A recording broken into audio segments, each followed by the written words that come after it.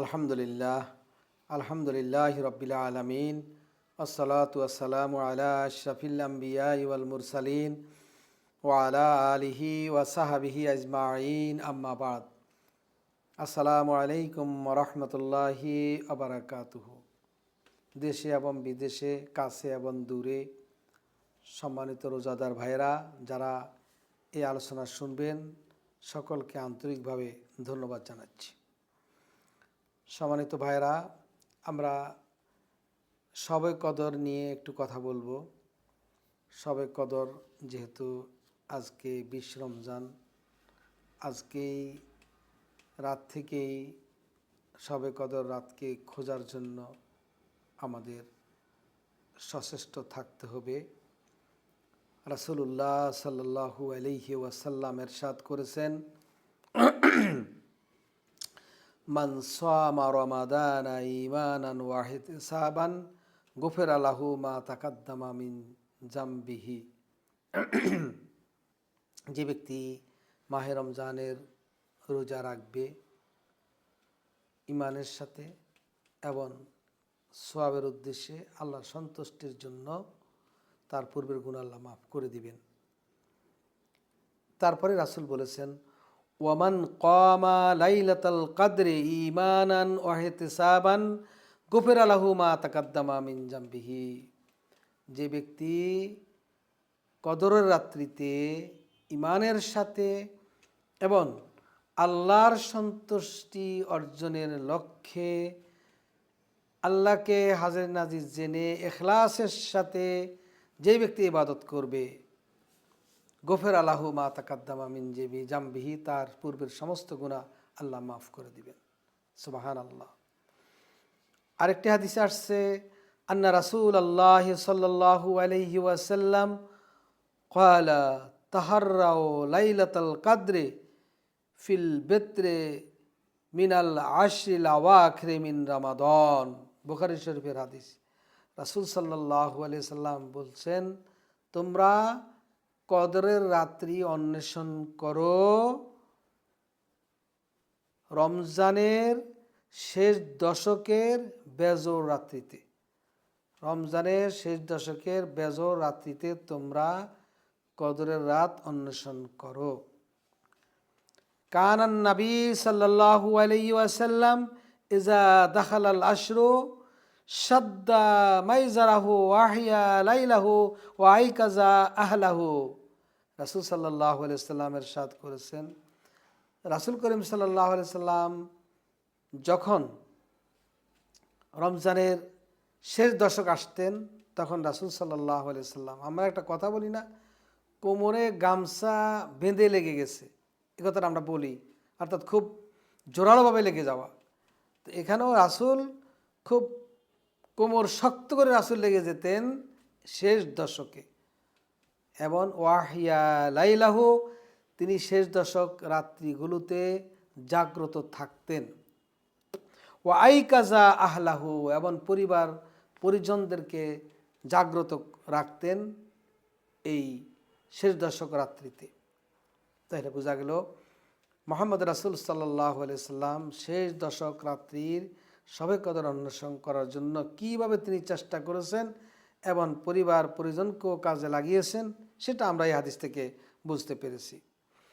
কানা রাসূলুল্লাহ সাল্লাল্লাহু আলাইহি ওয়াসাল্লাম ইয়াজতাহিদু ফিল আশরিল আওয়াখির মা লা ইয়াজতাহিদু ফি গায়রি। আয়েশা রাদিয়াল্লাহু তাআলা আনহা বলেন, রাসূল সাল্লাল্লাহু আলাইহি সাল্লাম রমজানের শেষ দশকে যেইভাবে তিনি ইবাদত করতেন, চেষ্টা করতেন, এইভাবে অন্য সময় করতেন না। তাইলে এই শেষ দশকের গুরুত্ব অনেক অনেক বেশি। রাসূল সাল্লাল্লাহু আলাইহি ওয়াসাল্লাম শেষ দশকে একটি দোয়া বেশি বেশি পড়তেন, আল্লাহুম্মা ইন্নাকা আফুউন তুহিব্বুল আফওয়া ফাআফু আন্নি। আল্লাহ রাসূল এই দোয়া করতেন, অর্থাৎ হে আল্লাহ, আপনি ক্ষমাশীল, আপনি ক্ষমা করতে ভালোবাসেন, আমাকে ক্ষমা করে দেন। এই কথাগুলো আপনি বাংলাও বলতে পারেন, বাংলা বললেও আপনার হবে। অতএব এই দোয়াটা আমরা বেশি বেশি আমরা শেষ দশকে করব। রাসূল সাল্লাল্লাহু আলাইহি সাল্লাম আর বলেছেন, মান কামাহা ইবতিগাআহা সুম্মা ওয়াকাআত লাহু গুফিরা লাহু মা তাকাদ্দামা মিন জামবিহি ওয়া মা তাআখারা। যে ব্যক্তি এই রাত্রি ইবাদত করবে, সেই ব্যক্তি যদি শবে কদর রাত পেয়ে যায়, তাহলে তার আগে পরের সমস্ত গুনাহ আল্লাহ মাফ করে দিবেন। সুবহানাল্লাহ। আল্লাহ রাব্বুল আলামিন একটি পরিপূর্ণ সূরা অবতীর্ণ করেছেন এই রাত্রির ফজিলত বুঝাবার জন্য, এই রাত্রির মর্যাদা বুঝাবার জন্য, এই রাত্রির গুরুত্ব বুঝাবার জন্য, শবে কদর রাত্রির গুরুত্ব বুঝাবার জন্য আল্লাহ একটি পরিপূর্ণ সূরা কদর নাজিল করেছেন। আল্লাহ রাব্বুল আলামিন ইরশাদ করেছেন, আমি ইন্না আনজালনাহু ফি লাইলাতিল কদর, কদর রাত্রিতে আমি কোরআন অবতীর্ণ করেছি। হে রাসূল, আপনি জানেন কদরের রাত্রি কি? লাইলাতুল কদরে খায়রুম মিন আলফি শাহর, হাজার হাজারে মাসের চাইতে, হাজারে হাজারের মাসের যে রাত্রি, সেই রাত্রিগুলোর চাইতে কদরের রাত্রির ফজিলত অনেক গুণ বেশি, অনেক অনেক বেশি। তানাজ্জালুল মালাইকা, অসংখ্য ফেরেশতা কদরের রাত্রিতে জমিনে নেমে আসে। শুধু ফেরেশতারা না, এমনকি আর রূহ জিব্রাইল আলাইহিস সালামও এই জমিনে নেমে আসে আল্লাহ বিইজনি রব্বিহিম, আল্লাহর আদেশে। এবং আল্লাহর আদেশে আল্লাহ যে সমস্ত বিজ্ঞচিত যে সমস্ত বিষয় আছে, সেগুলোর সমাধান করেন আল্লাহ এই রাত্রিতে। এবং এই রাত্রিতে আল্লাহ রহমত বর্ষণ করেন এবং ফেরেশতারা জমিনে থাকেন। সালামুন হিয়া হাত্তা মাতলাইল ফজর, ফজর উদিত হওয়া পর্যন্ত এই ফেরেশতারা জমিনে থাকেন এবং সালামাত, শান্তি, রহমত, বরকত নাজিল হতে থাকে। বলেন সুবহানাল্লাহ। অতএব এই রাত্রি হলো আমাদের ভাগ্য উন্নয়নের রাত্রি, এই রাত্রি হলো সম্মানিত রাত, এই রাত হলো ভাগ্যের রাত, এই রাত হলো সৌভাগ্যের রাত, এবং কি এই রাত হলো ভাগ্য উন্নয়নের রাত। অতএব এই রাত্রিকে আমরা যদি মূল্যায়ন করতে পারি, তাহলে আমরা ইনশাল্লাহ এখান থেকে আমরা অনেক ফজিলত আমরা অর্জন করতে পারব। ফিহা ইউফরাকু কুল্লু আমরিন হাকিম, বিজ্ঞচিত বিষয়গুলো এই রাত্রিতে সমাধান করা হয়। হ্যাঁ, আল্লাহর পক্ষ থেকে বিজ্ঞচিত বিষয়গুলো আল্লাহ এই রাত্রে সমাধান করে। অতএব এই রাত্রির মর্যাদা অনেক অনেক বেশি। মানুষের স্বাধীন ইচ্ছার উপরে পরীক্ষা করেন আল্লাহ রাব্বুল আলামিন। হ্যাঁ, এবং সকল ফেরেশতারা মানুষের হেফাজতের দায়িত্বে, যে সমস্ত ফেরেশতারা মানুষের হেফাজতের দায়িত্বে থাকেন, তাদেরকে প্রতি বছর আল্লাহ রাব্বুল আলামিন এই রাত্রিতে একবার দায়িত্ব বুঝাইয়া দেন। ধরেন আপনার আগামী অনেক বিপদ মুসিবত আছে, সেই মুসিবত থেকে কিভাবে ফেরেশতারা হেফাজত করবে, সেই বিষয়ে ফেরেশতাদেরকে এই নির্দেশনা দেন মহান রব্বুল আলামিন। এই জন্য এই রাত্রির অনেক মর্যাদা। আমরা আজকে যে বিজ্ঞানের যুগে আমরা আসছি, আপনারা জানেন এই কোরআন অবতীর্ণ হওয়ার আগ পর্যন্ত মানুষ কি আবিষ্কার করছে? আপনি দেখেন কি আবিষ্কার করছে মানুষ আপনার কিছুই আবিষ্কার করতে পারে নাই। এই কোরআন নাজিল হওয়ার পরেই মানুষ অনেক কিছু আবিষ্কার করেছে, এবং এই কোরআন নাজিল হওয়ার পরে মুসলমানেরাই আবিষ্কার করেছে। খ্রিস্টানরা, ইহুদিরা, ইউরোপিয়ান, অন্য কোনো বৈজ্ঞানিকরা কোনো কিছু আবিষ্কার করতে পারে নাই। ভাগ্য উন্নয়নের রাত কেন বলা হলো? ভাগ্য উন্নয়নের রাত হলো এই জন্য, এই কোরআন অবতীর্ণ হওয়ার পরেই মুসলমানেরা বিজ্ঞানের অনেক কিছু আবিষ্কার করেছে। যখন ইউরোপীয়রা মূর্খতা, অজ্ঞতার অন্ধকারে ডুবেছিল, তখন মুসলমানেরা এই কোরআনের শিক্ষা নিয়ে ভাগ্যের উন্নয়ন করেছেন। তারা জ্যোতিষ বিজ্ঞান আবিষ্কার করেছেন, পদার্থ বিজ্ঞান আবিষ্কার করেছেন, রসায়ন বিজ্ঞান আবিষ্কার করেছেন, চিকিৎসা বিজ্ঞান আবিষ্কার করেছেন, ভূগোল শাস্ত্র আবিষ্কার করেছেন। এই সব আবিষ্কার চিকিৎসা বিজ্ঞান কে আবিষ্কার করেছে বলেন? এবং কি জীববিজ্ঞান সহ সব বিজ্ঞানের আবিষ্কার হচ্ছে মুসলমানেরা করেছে। তাহলে এটা কি ভাগ্য উন্নয়নের রাত কেন? কারণ এই রাত্রেই আমাদের এমন এক বিধান আমাদের জন্য অবতীর্ণ করা হয়েছে, এমন এক জ্ঞান বিজ্ঞানের